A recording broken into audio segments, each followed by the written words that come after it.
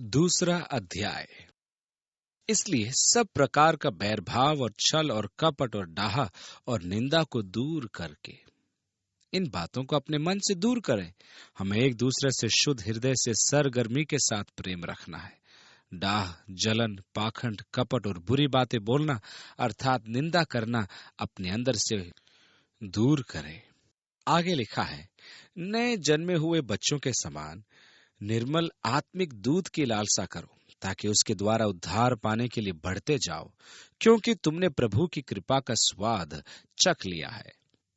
ऐसे बहुत से लोग होते हैं जो बहुत ही संवेदनशील होते हैं। वे एक न एक चीज की कामना करते रहते हैं और ढूंढते रहते हैं। वे अनाप शनाप फल मिश्रित आइसक्रीम की कामना करते हैं, या इस चीज की या उस चीज की। हर चीज के पीछे वे भागने लगते हैं, और कई बार तो वे ऐसी वस्तुओं को भी खाते हैं जो उनके लिए हानिकारक है।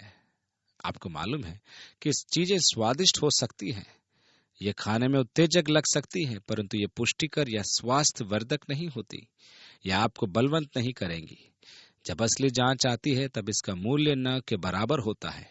आप ऐसी सभाओं और ऐसे उपदेशों और कार्यक्रमों में जाएंगे, पर धीरे धीरे स्वयं को दुर्बल और अपने अंदर आत्मिक खून की कमी को पाएंगे। परंतु यदि आप परमेश्वर के वचन में समझदार होकर वचन में भाग लेंगे और अपने आप को वचन के सामने परखेंगे, तब आप पाएंगे कि आप परमेश्वर के वचन से और परमेश्वर के उस ज्ञान और करुणा से बलवंत किए जाएंगे। इसलिए वचन के निर्मल दूध की लालसा करो, जिससे उसके द्वारा तुम बढ़ते जाओ, ठीक नए जन्मे बच्चों के समान। मसीह में इन नए विश्वासियों को देखना मुझे बहुत ही सुखद लगता है। हाल ही में इन लोगों ने पवित्र आत्मा से नया जन्म पाया है। उनके द्वारा वचन को खा जाना या पढ़ते देखकर सच में मुझे बहुत अच्छा लगता है। जब जब मैं ऑडियो टेप की लाइब्रेरी में जाता हूं और देखता हूं कि किस प्रकार लोग संदेशों के ढेर सारे टेप अपने बैगों में भरकर ले जाते हैं, तब ये देखकर मुझे बहुत खुशी लगती है। आज सुबह कुछ लोग मेरे पास आए। उन्होंने मुझसे कहा कि वे आज रात यहीं ठहरेंगे, और उन्होंने यह भी कहा कि वे उस नगर के पशु फार्म से आए हैं। वे बड़े महानगर से 12 मील दूर रहते हैं। वे कोई 200 लोग हैं। वे वहां महानगर से काफी दूर पशु फार्म में रहते हैं। उन्होंने कहा कि हम आपके और चक स्मिथ के टेपों को सुनकर परमेश्वर के वचन की शिक्षा पाते हैं। हम सब ने इन टेपों से बहुत कुछ सीखा है। हम यहाँ आपको धन्यवाद देने आए हैं, और हम सोमवार रात को चक की कक्षा में उपस्थित रहेंगे, क्योंकि आप उन्हें धन्यवाद देना चाहते हैं। इसलिए हम यहाँ रुक गए। परमेश्वर का वचन फैलता जा रहा है। वचन के खालिस या निर्मल दूध की लालसा करो, जिससे कि तुम बढ़ सको।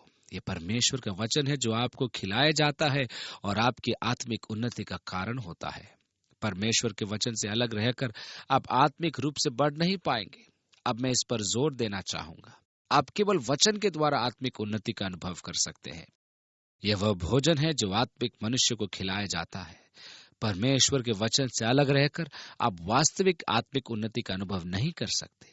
आप अनुभवों एवं संवेदनात्मक बातों में जुड़ सकते हैं, परंतु वास्तविक उन्नति प्रभु के वचन से ही आएगी। इसलिए वचन के निर्मल दूध की लालसा करो, जिससे कि तुम नवजात शिशुओं के समान बढ़ सको।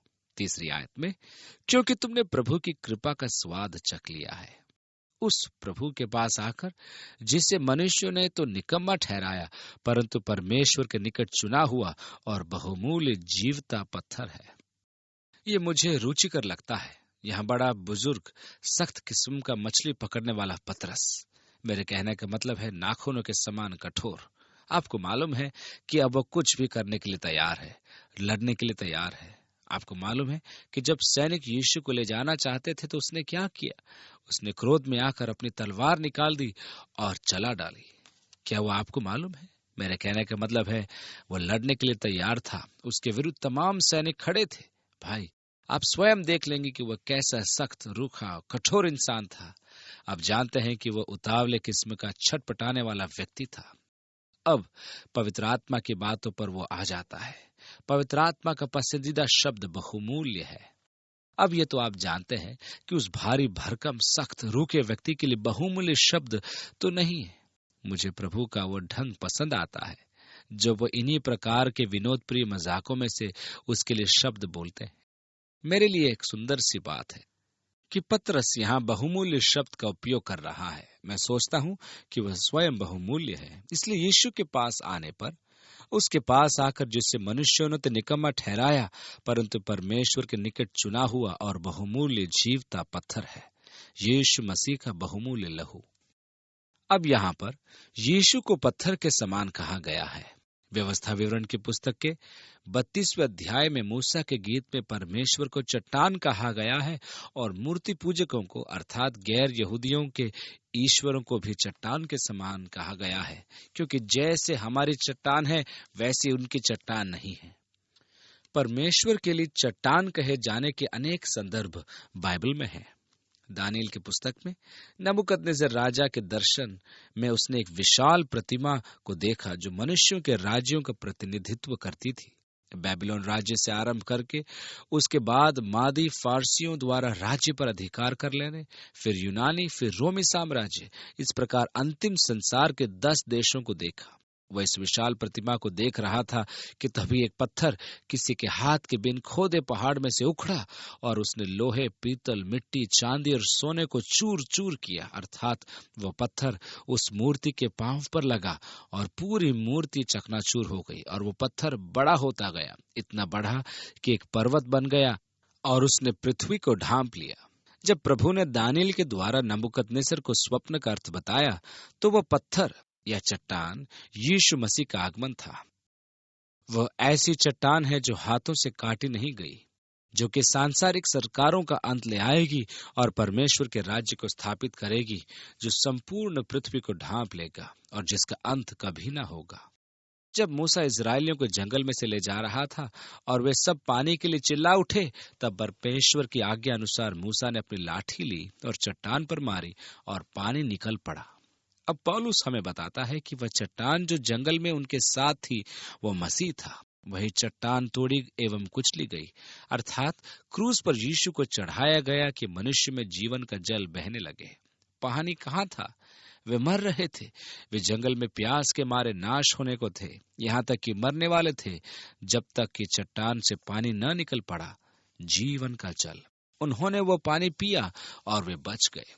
ठीक इसी प्रकार से हम पाप के जंगल में नाश हो रहे थे, मरने पर थे। यीशु हमारे लिए कुचला गया और जीवन का जल बह निकला और हमने उसमें से पिया और हम बच गए, अर्थात हमने उद्धार पा लिया। हमारे पास जीवन है। इसी कारण जब दूसरी बार इजरायली मूसा पर पानी के लिए चिल्ला उठे और वो परमेश्वर के पास गया, तब परमेश्वर ने कहा, चट्टान से बातें कर और वो तुझे पानी देगी। परंतु मूसा अपने क्रोध में बाहर निकला और उसने कहा, तुम्हें पानी देने के लिए क्या मुझे दोबारा इस चट्टान पर मारना होगा? और उसने दूसरी बार चट्टान पर 2 बार प्रहार किया। परमेश्वर ने उससे कहा, मूसा, ये तूने भारी गलती की है और अब तुझे इसकी कीमत चुकानी पड़ेगी। आप ही देखें, चट्टान जिसे एक बार तोड़ दिया या कुचल दिया गया, दोबारा उसे कुचले या तोड़े जाने की आवश्यकता नहीं है। यीशु को अब दोबारा मरने की आवश्यकता नहीं है। उसे दोबारा क्रूस पर चढ़ाए जाने की आवश्यकता नहीं है। एक बार तोड़ी गई, अब आपको केवल यह करना है कि उस चट्टान से जीवन का जल प्राप्त करें। यह है चट्टान से बातें करना, केवल यीशु मसीह को पुकारे। इसलिए यहाँ वह इस पत्थर की ओर से आते हुए कहता है, इस जीवित पत्थर को जिसे भवन निर्माताओं यानी कि राज मिस्त्रियों ने निकम्मा ठहरा दिया था, अर्थात यीशु यहूदियों द्वारा मसीह के रूप में तिरस्कृत कर दिया गया था, परंतु फिर भी वह परमेश्वर का चुना हुआ और बहुमूल्य है। 5वीं आयत में, तुम भी आप जीवते पत्थरों के समान आत्मिक घर बनते जाते हो। कलीसिया एक आत्मिक घर है। तुम याजकों का एक पवित्र समाज हो। हम शीघ्र ही राज्य की याजकों का समाज कहलाएंगे। पर यहाँ जिससे याजकों का पवित्र समाज बनकर ऐसे आत्मिक बलिदान चढ़ाओ जो यीशु मसीह के द्वारा परमेश्वर को ग्रहण योग्य हो। वे आत्मिक बलिदान क्या है जिन्हें हम चढ़ाते हैं? आपको याद है कि भजन 51 में दाऊद इसकी ओर संकेत करता है, क्योंकि तू मेल बलि से प्रसन्न नहीं होता, नहीं तो मैं देता, होम बलि से भी तू प्रसन्न नहीं होता। अपने एक दूसरे भजन में उसने कहा, बलिदानों और चढ़ावों से तो नहीं, पर उस देह से जो तूने मेरे लिए तैयार की है। ये यीशु के संदर्भ में कहा गया है और मैं सोचता हूं कि यह भजन 89 है। भजन 51 में उसने कहा, मेल बलि और होम बलि से भी तू प्रसन्न नहीं होता। टूटा मन परमेश्वर के योग्य बलिदान है। हे परमेश्वर, तू टूटे और पिसे हुए मन को तुच्छ नहीं जानता। इस प्रकार से वह एक आत्मिक बलिदान के विषय में बोलता है, प्रभु के सामने एक टूटी हुई आत्मा। तब इब्रानियों की पुस्तक के 13वें अध्याय में लिखा है, इसलिए हम उसके द्वारा स्तुति रूपी बलिदान अर्थात उन होंठों का फल जो उसके नाम का अंगीकार करते हैं, परमेश्वर को सर्वदा चढ़ाया करें। अतः परमेश्वर को हम जो आत्मिक बलिदान चढ़ाते हैं, वे हैं उसके प्रति हमारी स्तुति। उसके सामने टूटे हुआ हृदय और अपनी स्तुति चढ़ाना ही एक सच्चा बलिदान है। एक याजक के रूप में वे उसके पास तक पहुंचे थे और एक याजक होने के नाते हमें बलिदान चढ़ाना था। मैं परमेश्वर के पास आ सकता हूं और उसकी आराधना और स्तुति कर सकता हूं। आत्मिक बलिदानों को चढ़ा सकता हूं जो कि उसके प्रति मेरे होठों का फल है, जो यीशु मसीह के द्वारा परमेश्वर को ग्राही हों। यदि वे यीशु के नाम में चढ़ाए गए हैं तब वे ग्रहणीय हैं। 6 और 7 आयतों में लिखा है, इस कारण पवित्र शास्त्र में भी आया है, देखो मैं सियोन में कोने के सिरे का चुना हुआ और बहुमूल्य पत्थर धरता हूं, और जो कोई उस पर विश्वास करेगा वह किसी रीति से लज्जित नहीं होगा। अतः तुम्हारे लिए जो विश्वास करते हो वह तो बहुमूल्य है, पर जो विश्वास नहीं करते उनके लिए जिस पत्थर को राजमिस्त्रियों ने निकम्मा ठहराया था वही कोने का सिरा हो गया। इसमें शंका नहीं कि इस विशेष भजन ने पतरस को बहुत अधिक प्रभावित किया था, क्योंकि प्रेरितों के काम के 4 अध्याय में जब पतरस को महासभा के सामने बुलाया गया था कि उस आश्चर्य कर्म के लिए सफाई दे जो मंदिर के सुंदर द्वार पर एक लंगड़े भिखारी को चंगा करने से हुआ था, तब भी पतरस ने कहा था, यदि आज हमसे उसके विषय में पूछताछ की जाती है कि वो लंगड़ा भिखारी कैसे अच्छा हुआ, यीशु मसीह नासरी ने उसे चंगा किया था। वचन में लिखा है कि यरूशलेम में रहने वाले सबों पर यह बात प्रकट हो गई थी कि यीशु मसीह के नाम से ये मनुष्य खड़ा हो गया था। पतरस ने कहा कि यह वही पत्थर है जिसे राजमिस्त्रियों ने तुच्छ जाना और वह कोने के सिरे का पत्थर हो गया। किसी दूसरे के द्वारा उद्धार नहीं, क्योंकि स्वर्ग के नीचे मनुष्यों में और कोई दूसरा नाम नहीं दिया गया जिसके द्वारा हम उद्धार पा सके। भजन संहिता 118 में आने वाले मसीहा के संबंध में पत्थर के रूप में संदर्भ दिया गया है, जिन्हें भवन निर्माताओं ने नहीं, पर वह कोने के सिरे का पत्थर बना जिस पर पूरा भवन निर्माण किया जाता है। यह प्रभु का कार्य है। यीशु मसीह के संबंध में एक भविष्यवाणी है कि उसे धार्मिक अगुओं द्वारा तिरस्कृत किया एवं तुच्छ समझा जाएगा, परंतु फिर भी परमेश्वर ने ठहराया था कि वह भवन का मुख्य कोने के सिरे का पत्थर बने, और निश्चय ही ऐसा ही हुआ और कलीसिया उस पर निर्मित है। यीशु ने कहा, इस पत्थर पर मैं अपनी कलीसिया बनाऊंगा। कौन सा पत्थर? पतरस ने माना, तू जीवते परमेश्वर का पुत्र मसीह है। कलीसिया का निर्माण उस मुख्य कोने के पत्थर पर किया गया है। यीशु क्रिस्त ही जीवते परमेश्वर का पुत्र है। एक कहानी इस प्रकार कही जाती है कि सुलेमान के मंदिर निर्माण के समय मंदिर भवन में लगने वाले सारे पत्थर दूर खदान में काटे जाते और छेनी से इस तरह तराशे जाते थे कि उन्हें बिना किसी गारे या मसाले के एक के ऊपर एक रखा जा सकता था। इन पत्थरों को दूर खदान में बड़ी बारीकी एवं सटीक नाप में तराशा जाता था और गाड़ियों से मंदिर स्थल पर लाया जाता था। जब राजमिस्त्री ने लगाते थे तब न तो वसूली या अन्य किसी प्रकार की आवाज तक नहीं होती थी। ये सब तो दूसरी खदान में किया जाता था। फिर कहानी आगे बढ़ती है कि जब ये एक पत्थर राजमिस्त्रियों के पास आया तब मंदिर निर्माण करने वालों ने अपने नक्शे में देखा कि ये कहाँ लगाया जाएगा, पर वे न देख सके कि इसे कहाँ लगाया जाए और अंत में उन्होंने उसे बेकार समझकर दूर झाड़ियों में फिकवा दिया। जब मंदिर का काम पूरा हो गया तो उन्होंने पाया कि मुख्य कोने के सिरे का पत्थर तो गायब है। अतः उन्होंने खदान में समाचार भेजा, हम सब समारोह मनाने के लिए तैयार हैं, हमें अब केवल कोने का पत्थर लगाना है, पर वह यहाँ नहीं है। ये कोने वाला पत्थर कहाँ है?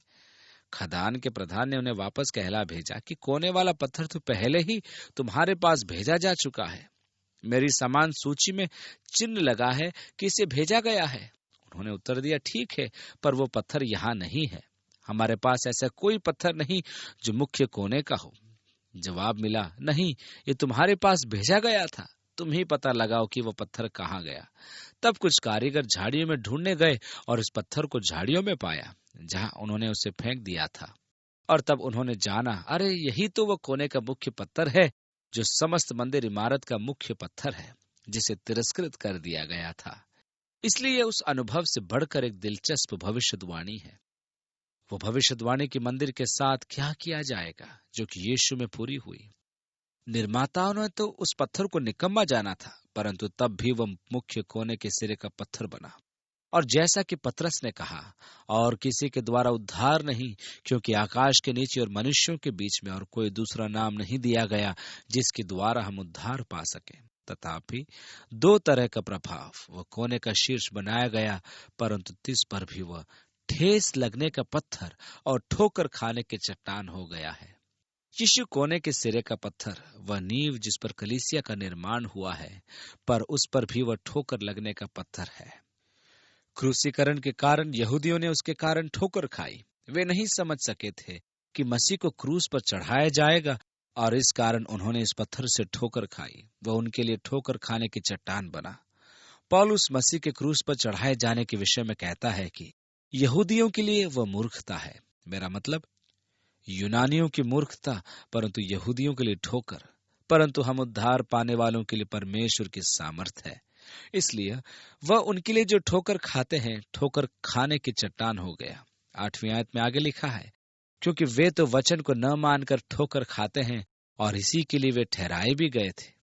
अब पुनः यहाँ पर परमेश्वर के पूर्व ठहराए जाने और चुन लिए जाने का विचार निहित है, और वे इस अनाज्ञाकारिता के लिए ठहराए गए। 9वीं आयत में, परंतु तुम एक चुना हुआ वंश हो। यीशु ने कहा, मैंने तुम्हें चुना है और तुम्हें नियुक्त किया है कि तुम मेरे चेले बनो। और आगे लिखा है, और राजपदधारी याजकों का समाज और पवित्र लोग और परमेश्वर की निज प्रजा हो। आप पवित्र लोग हैं, राजपदधारी याजकों का समाज हैं, जिन्हें राज्य को अपने अधिकार में लेना है। आप परमेश्वर के राज्य के उत्तराधिकारी ठहराए गए हैं, इसलिए कि जिसने तुम्हें अंधकार में से अपनी अद्भुत ज्योति में बुलाया है, उसके गुण प्रकट करो। इसलिए परमेश्वर का अभिप्राय है कि तुम अपने जीवन से परमेश्वर की स्तुति करो, क्योंकि परमेश्वर ने तुम्हें अंधकार में से अपने अद्भुत ज्योति में बुलाया है। जब यीशु ने पौलुस को बुलाया कि वह बाहर जाए और सुसमाचार प्रचार करे, उस समय पर वह राजा अग्रिप्पा के सामने अपने जीवन परिवर्तन के अनुभव को बता रहा था, और राजा को अपने हृदय पर परमेश्वर की इस बुलाहट को बता रहा था। तब ये आंखें खोलने वाला और उन्हें अंधकार से ज्योति में लाने वाला था कि वे अपने पापों की क्षमा पाएं और अपने बीच में उस मिरास को पाएं जिसके लिए विश्वास के द्वारा वे पवित्र किए गए थे। आप अंधकार की शक्ति से छुड़ाए गए और परमेश्वर के महिमामय प्रकाश के राज्य में लाए गए हैं। 10वीं आयत में, तुम पहले तो कुछ भी नहीं थे, पर अब परमेश्वर की प्रजा हो। तुम पर दया नहीं हुई थी, पर अब तुम पर दया हुई है। समय बीत गया, आप परमेश्वर के एक चुने हुए जन नहीं थे, पर अब अभी हैं। आपने दया प्राप्त नहीं की थी, अब प्राप्त की है। 11वीं आयत में, हे प्रियो, मैं तुमसे विनती करता हूं कि तुम अपने आप को परदेसी और यात्री जानकर। देखिए, अब वो प्रभु से आपके संबंध के बारे में बात कर रहा है। बाइबल कहती है, क्योंकि जो कुछ संसार में है, अर्थात शरीर की अभिलाषा और आंखों की अभिलाषा और जीविका का घमंड, वो पिता की ओर से नहीं, परंतु संसार ही की ओर से है। तुम न तो संसार से और न संसार की वस्तुओं से प्रेम रखो। यदि कोई संसार से प्रेम रखता है तो उसमें पिता का प्रेम नहीं, परंतु यह तो समस्त सांसारिक प्रणाली या पद्धति है। तुम संसार के नहीं हो, तुम परदेसी हो, तुम एक यात्री हो, एक परदेसी और एक यात्री के रूप में। इसलिए उन सांसारिक अभिलाषाओं से बचे रहो जो कुछ संसार में है, अर्थात शरीर की अभिलाषा और आंखों की अभिलाषा। इन शरीर की अभिलाषाओं से बचे रहो। 11वीं आयत में आगे लिखा है, जो आत्मा से युद्ध करती है। अन्य जातियों में तुम्हारा चाल चलन भला हो, ताकि जिन जिन बातों में वे तुम्हें कुकर्मी जानकर बदनाम करते हैं, वे तुम्हारे भले कामों को देखकर उन्हीं के कारण कृपा दृष्टि के दिन परमेश्वर की महिमा करें। इसलिए एक ऐसा जीवन जिए जो संसार के सामने एक गवाही देने योग्य हो। वे तो आपसे गंदी बातें बोलेंगे, वे आपकी हंसी उड़ाएंगे, वे आपका ठट्टा करेंगे, पर आपका जीवन एक गवाही बने कि जब प्रभु आपको बादलों में उठाता है, तब वे कहेंगे, ओह, सच में यह व्यक्ति सही था। वास्तव में वह एक अच्छा जीवन जीने वाला और सही रूप में ठीक चाल चलन चलने वाला था। उसने अपने जीवन में सब कुछ ठीक ठीक किया था। प्रभु के लिए मनुष्यों के ठहराए हुए हर एक प्रबंध के अधीन रहो। अब पुनः एक गवाह के रूप में ऐसे कुछ नियम होते हैं जिनका पालन करना कठिन होता है, परंतु एक मसीही के रूप में उनके प्रति आपको ध्यान रखना होगा और आपको उनके अधीन रहना होगा। 15वीं आयत में लिखा है, राजा के इसलिए कि वो सब पर प्रधान है, और हाकिमों के क्योंकि वे कुकर्मियों को दंड देने और सुकर्मियों की प्रशंसा के लिए उसके भेजे हुए हैं। क्योंकि परमेश्वर की इच्छा यह है कि तुम मनुष्यों के अध्यादेशों, नियम कानूनों के अधीन रहो। आपके लिए परमेश्वर की यही इच्छा है कि तुम भले काम करने के द्वारा निर्बुद्धि लोगों की अज्ञानता की बातों को बंद कर दो। हमें सरकार अर्थात मनुष्य के बनाए नियम, विधानों, कानूनों और प्रत्येक विधि विधान के अधीन रहना है, और यह प्रभु के निमित्त करना है। भले ही इन अध्यादेशों या नियम कानूनों द्वारा हम प्रभु के लिए पीछे ही क्यों न जाएं। परमेश्वर की इच्छा है कि हम दूसरों के लिए ठोकर खाने का कारण न बने। हम मूर्ख, निर्बुद्धि मनुष्यों की बातों को सुनना बंद करें। अपने आप को स्वतंत्र जानो। 16वीं आयत में लिखा है, मैं इसे करने के लिए स्वतंत्र हूं। और आगे लिखा है, पर अपनी स्वतंत्रता को बुराई के लिए आड़ न बनाओ, परंतु अपने आप को परमेश्वर के दास समझकर चलो। अब फिर से क्रिसमस मनाने पर आता हूं। मैं इसे मनाने के लिए स्वतंत्र हूं। मैं इसे न मनाने के लिए भी स्वतंत्र हूं। यह मेरे लिए एक महिमामय बात है। एक क्रिसमस ट्री खरीद के लाने के लिए मैं स्वतंत्र हूं। मैं न लेने के लिए भी स्वतंत्र हूं। किसी कानूनी तरह की बात में लटके ना रहें कि यह करें या यह न करें। परमेश्वर आपसे कानून संबंधी बातें नहीं कहता। सावधान रहे कि कहीं आप अपनी बुराई, अपने कपट, अपने द्वेष को छिपाने के लिए इस स्वतंत्रता का गलत उपयोग तो नहीं कर रहे हैं। ठीक है, मैं यीशु के नाम में स्वतंत्र हूं। आप अपने शरीर अथवा अपने शरीर के अभिलाषा के पीछे चलने के लिए स्वतंत्र नहीं हैं। आप स्वतंत्र हैं कि अपने शरीर की लालसा के पीछे न चलें। यह वह स्वतंत्रता है जो संसार के पास नहीं है। वे तो अपने शरीर से बंधे हैं, वे अपने शरीर के गुलाम हैं। परंतु मसीह में हमें जो स्वतंत्रता प्राप्त है वह यह है कि आगे को हम शरीर के अनुसार न चलें। परमेश्वर का धन्यवाद हो। क्या ही महिमा में स्वतंत्रता। इसलिए इस स्वतंत्रता को एक ढांकने, छिपाने के रूप में प्रयोग न करें। अच्छा है, मैं यीशु में स्वतंत्र हूं। मैं व्यवस्था के अधीन नहीं, अनुग्रह के अंदर मैं स्वतंत्र हूं। इससे अपनी बुराई को ढांपने वाले लबादे के समान उपयोग न करें। सबका आदर करो, भाइयों से प्रेम रखो, परमेश्वर से डरो, राजा का सम्मान करो।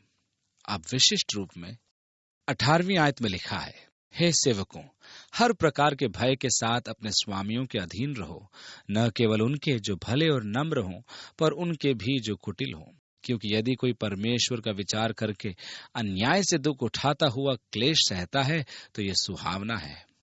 परमेश्वर के प्रति अपने विवेक के कारण मुझे गलत ढंग से दोषी ठहराया गया और गलत दोषारोपण के कारण मैं दुख सहता हूं। यह धन्यवाद देने योग्य है और स्तुति करने योग्य बात है। यह तो अनुग्रह है। वास्तव में शब्द है अनुग्रह। यदि परमेश्वर के प्रति विवेक के साथ एक मनुष्य दुख सहता है तब तो उसे गलत ढंग से सताया जाता है। कहने का तात्पर्य यह है कि यदि कोई मनुष्य परमेश्वर का विचार करके अन्याय से दुख उठाता हुआ क्लेश सहता है तो यह सुहावना है। 20वीं आयत में लिखा है, क्योंकि यदि तुमने अपराध करके घूंसे खाए और धीरज धरा तो इसमें क्या बड़ाई की बात है। और अक्सर नौकर या दास अपने स्वामियों द्वारा थप्पड़ या घूंसा खाया करते थे। आप कोई गलत काम करें और वो आकर आपको थप्पड़ मारे। आपको मालूम है, किसी तुनक मिजाज स्वामी के यहाँ सेवा या काम करना ऐसा ही होता था कि जब भी आपने कोई गलती कर दी तो वो आकर आप पर चिल्लाएगा और थप्पड़ मारेगा। आप एक दास या नौकर हैं। कई बार तो आप सहज विजय पा गए और कभी कभी आप इतने गुस्से से भर उठे कि उनमें से किसी को कील से ठोंक दिया। आप बदले की भावना से अपने ही मन में बुदबुदाते रह जाते हैं। परंतु यदि तुमने अपराध करके घूंसे खाए और धीरज धरा तो इसमें क्या बड़ाई की बात है। पर जब आप सच में कोई मूर्खता का काम करें और फिर मार खाएं तो कोई बड़ी बात नहीं। पर यदि भला काम करके दुख उठाते हो और धीरज धरते हो तो यह परमेश्वर को भाता है। देखिए, गलत ढंग से दुख उठाना, हम इसे करने से कैसी घृणा करते हैं, क्या नहीं करते। जबकि हम पूर्णतः निर्दोष हों और फिर भी हमें दंड दिया जाए तो हम कितना रोते हैं। मेरा मतलब यह है कि मेरे साथ भी यह हो चुका है। मेरे पिता को बहुत जल्दी गुस्सा आता था। मेरा मतलब है वे कार्रवाई करने में अत्यंत तत्पर थे। वह प्रतिकारी थे। वे प्रतिक्रिया दिखाने वाले थे और फिर वे बाद में सोचा करते थे कि ये उन्होंने क्या किया। मेरा सबसे छोटा भाई इस बात का फायदा उठाया करता था। चूंकि वह मुझसे 7 वर्ष छोटा था, अर्थात मुझसे कोई 7 वर्ष बाद पैदा हुआ था, इसलिए वह एक छोटा लड़का था। हम सब उसे बहुत प्यार करते थे। मैं गंभीरता से बोल रहा हूं, मेरा मतलब मेरे भाई बिल से है। मैंने उसे दिल से प्रेम किया, परंतु वह यह जानता था कि यह घर में सबसे छोटा है, इसलिए वह मेरे पिता का लाडला था। मेरे पिता ने मेरी माँ से कहा था कि यदि वह उन्हें एक लाल चेहरे वाला लड़का दे तो उनके लिए वह एक महंगी कार खरीद देंगे। सच में वह लड़का पैदा हुआ और उसके सिर के बाल लालामी रंग के थे, और जब वह बड़ा होने लगा तो उसका चेहरा भी प्रकाशवान होता गया। मेरी माँ ने कभी कैडिलैक कार तो नहीं पाई, पर उनसे ऐसी कितनी ही खाली पीली प्रतिज्ञा की जाती रही। एक बार पिताजी ने माँ को इत्र की शीशी दी और तभी मेरे सबसे छोटे भाई ने रोना चिल्लाना शुरू कर दिया। तभी मेरे पिताजी अपने कमरे से बाहर आए और उन्होंने अपनी बेल्ट खोली और आव देखा न ताव और मुझे और मेरे दूसरे भाई को बहुत पीटा। तभी मेरे सबसे छोटे भाई ने हमारी ओर देखा और हंस पड़ा। वो बोला, तुम्हें मालूम है, मैं तुम्हें परेशानी में डाल सकता हूँ। यदि हम ऐसा कुछ करते जो उसे पसंद न होता, तब वह रोने चिल्लाने लगता और डैडी कमरे से बाहर निकलकर हम 2 भाइयों की बेल्ट से जमकर पिटाई करते थे। अब बताओ क्या हुआ? और जब उन्हें पता चलता कि हमने कोई गलती नहीं की तो वे कहते, मुझे माफ कर दो। पर वो मेरा सबसे छोटा भाई अपने नाटक से आखिरकार पिताजी को बहुत ही दुख पहुंचाया करता था। अरे भाई, हम सब धर्मी रोष पाएंगे और आपको मालूम यह है कि हमारे साथ ऐसा होगा। कभी गलतियां नहीं की थी, फिर भी बहुत बार बेल्ट की मार मैंने सही है। हमने भला काम करके दुख उठाया और धीरज धरा। यही तो परमेश्वर को भाता है।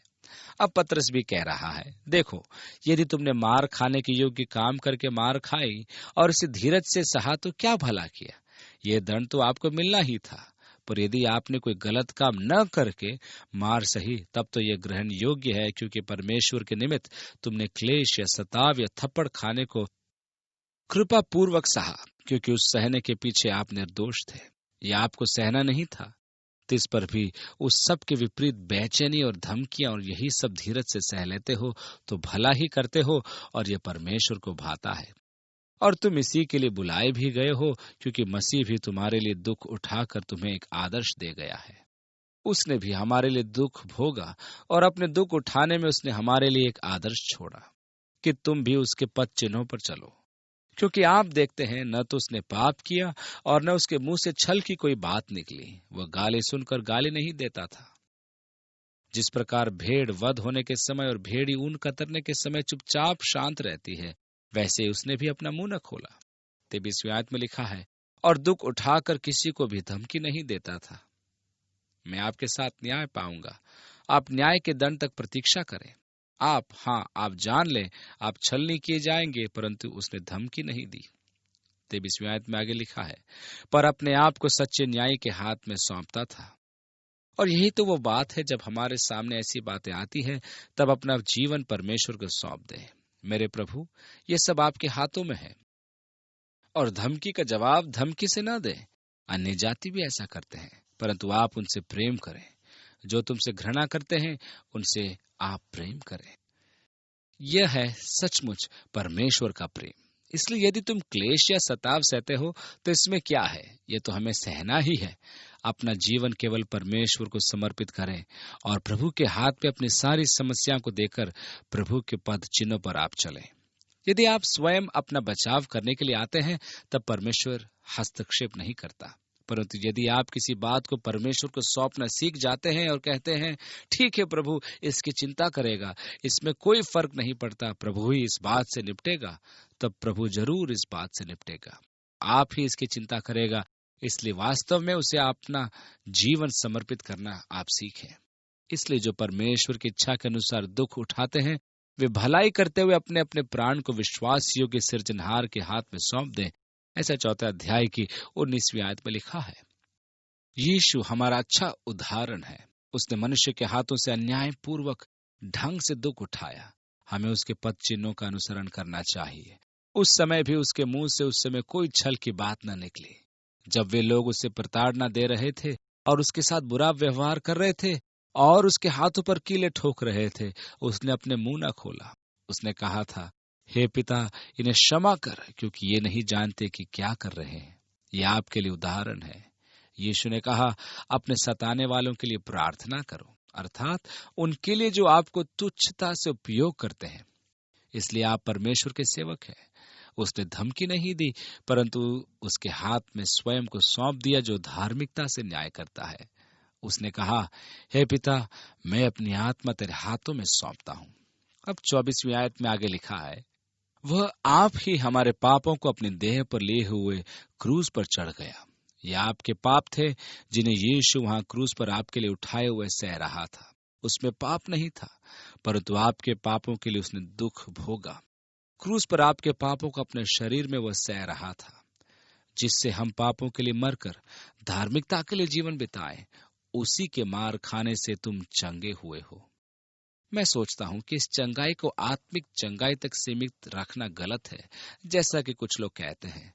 मैं तो सोचता हूं कि ये चंगाई हर आयाम में फैलती है। 25वीं आयत में, क्योंकि तुम पहले भटकी हुई भेड़ों के समान थे, पर अब अपने प्राणों के रखवाले और अध्यक्ष के पास लौट आए हो। इसलिए वह यशाया के 53वें अध्याय से स्वतंत्र रूप से उद्धृत कर रहा है। हम तो सब के सब भेड़ों के समान भटक गए थे। हम में से हरेक ने अपना अपना मार्ग लिया और यहोवा ने हम सबों के अधर्म का बोझ उसी पर लाद दिया। वह जिसने स्वयं अपने ही देह में क्रूस पर हमारे पापों को सहा। हम जो पाप के लिए मरे हुए हैं, हमें धार्मिकता का जीवन जीना चाहिए। उसके कोड़े खाने से हम चंगे होते हैं। हम तो भटकने वाली भेड़ों के समान थे। हम सब ऐसी भेड़ों के समान थे जिन्होंने अपना अपना मार्ग लिया, परंतु परमेश्वर ने हम सबों के अधर्म का बोझ उसी पर डाल दिया। इसलिए हमारे पास ये महिमा में उद्धार, आशा और अविनाशी मिरास की जीवित आशा है, जो अदूषित है, जो मिटती नहीं और धुंधली नहीं पड़ती। हम महिमा से भरपूर होकर अवर्णनीय आनंद के साथ आनंद मनाते हैं, क्योंकि हम यीशु मसीह के द्वारा अनंत जीवन के उत्तराधिकारी हैं। हम उस अनंत जीवन के उत्तराधिकारी के साथ रहेंगे और राज्य करेंगे। उस संसार में हम रहेंगे जिसका अंत नहीं होगा। वाह, परमेश्वर की संतान के लिए क्या ही धन्य आशा और क्या ही महिमामय भविष्य सुरक्षित है। जब हम अपने राजा की प्रतीक्षा करते रहें और स्वयं को उसके सन्मुख प्रकट करेंगे, ये क्या ही भली और उत्साहवर्धक बात है। आने वाले दिनों में हम आगे के अध्यायों का अध्ययन करेंगे। आइए हम प्रार्थना करें। हे पिता, आपके उत्तम वचन के लिए धन्यवाद। काश कि आपका पवित्र आत्मा इन सत्यों को हमारे प्रतिदिन के जीवनों में लागू करे। प्रभु, हमारी सहायता कर, जबकि हम इस संसार में रहते हैं। हमें इस संसार में समझौतावादी नहीं बना। प्रभु, हमारी सहायता कर कि हम शरीर के अनुसार जीवन न जिए, पर पवित्र आत्मा के अनुसार चलाए चले, ये जानते हुए कि हम अपने पुराने मनुष्यत्व के शरीर के लिए मृतक हैं। हम आपके लिए जीवित रहें, और वह भी यीशु मसीह के द्वारा। हे प्रभु, हमारे प्रभु, आपका नाम सारी पृथ्वी पर क्या ही श्रेष्ठ और उत्तम है। आमीन। महिमा से आकाश भर जाता है और वह हमारे हृदयों और जीवनों को भर देता है। काश कि हम आपकी महिमा के स्तुति के योग्य जीवन बिताने पाएं। यीशु के नाम में आमीन।